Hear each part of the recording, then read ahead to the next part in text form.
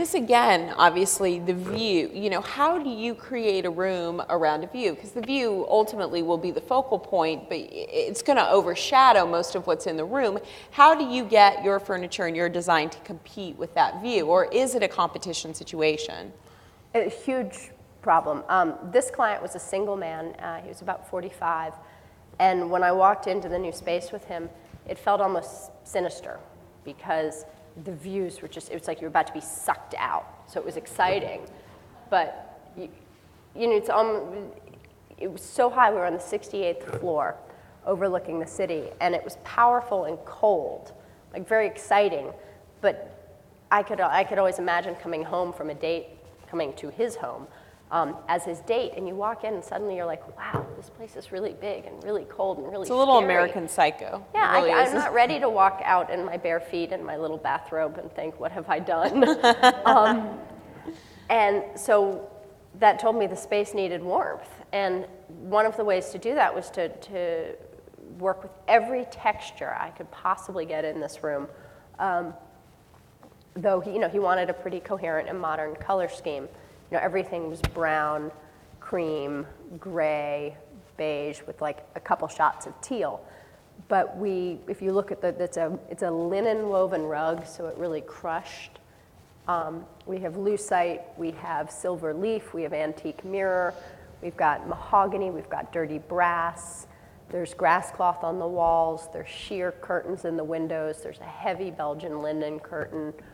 We have lacquer on the dining room table, the dining chairs. We've got cane, there's felt, there's men's suiting fabric, there's silk velvet.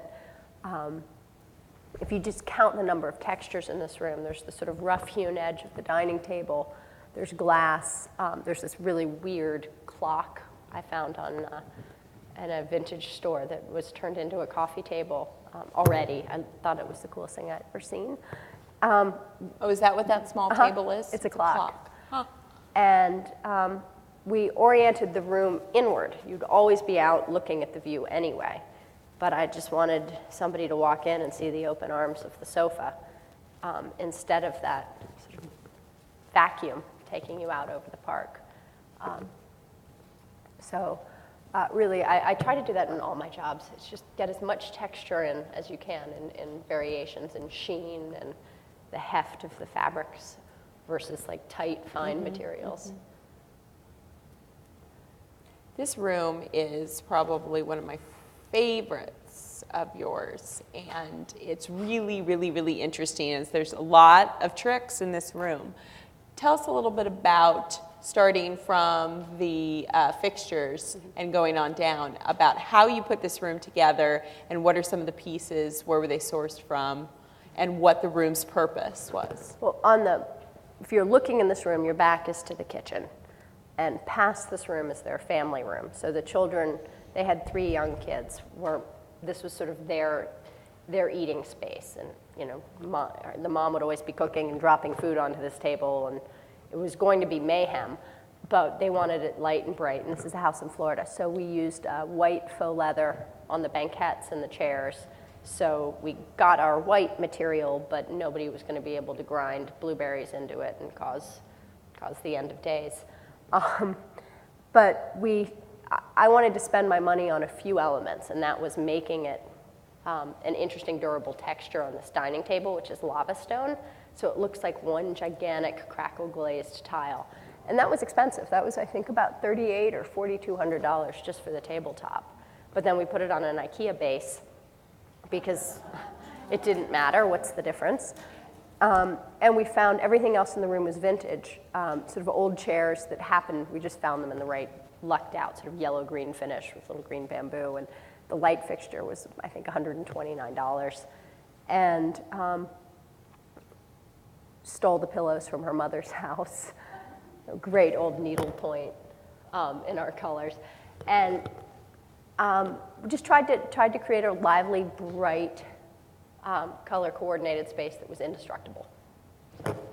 I know white's an interesting color choice for a kid's eating area, so that was a very good solution. I think white is a wonderful thing in a house, and so even with grown-ups, I'm too messy to be allowed anything white. But using slip covers, because white is bleachable, people forget that it's, I use white in children's rooms and nurseries all the time. You know, they have that, every mommy wants that glider, and they go to order them, and they're always in appalling shades of the wrong pink gingham. So it's nice to be able to talk to my clients and say, you actually can do the whole thing in white, and just do it as a slip cover so you can throw it with bleach in the wash, and it works. This only occurred to me about 2 years ago, which is why I'm bothering to tell you. I forgot things are bleachable. I use a lot of faux leather it's almost in every room I do now, because I think that it is beyond durable, and the color saturation in leather, you can always get the sort of truest, boldest, strongest color. And I use a lot of outdoor fabrics for their durability indoors.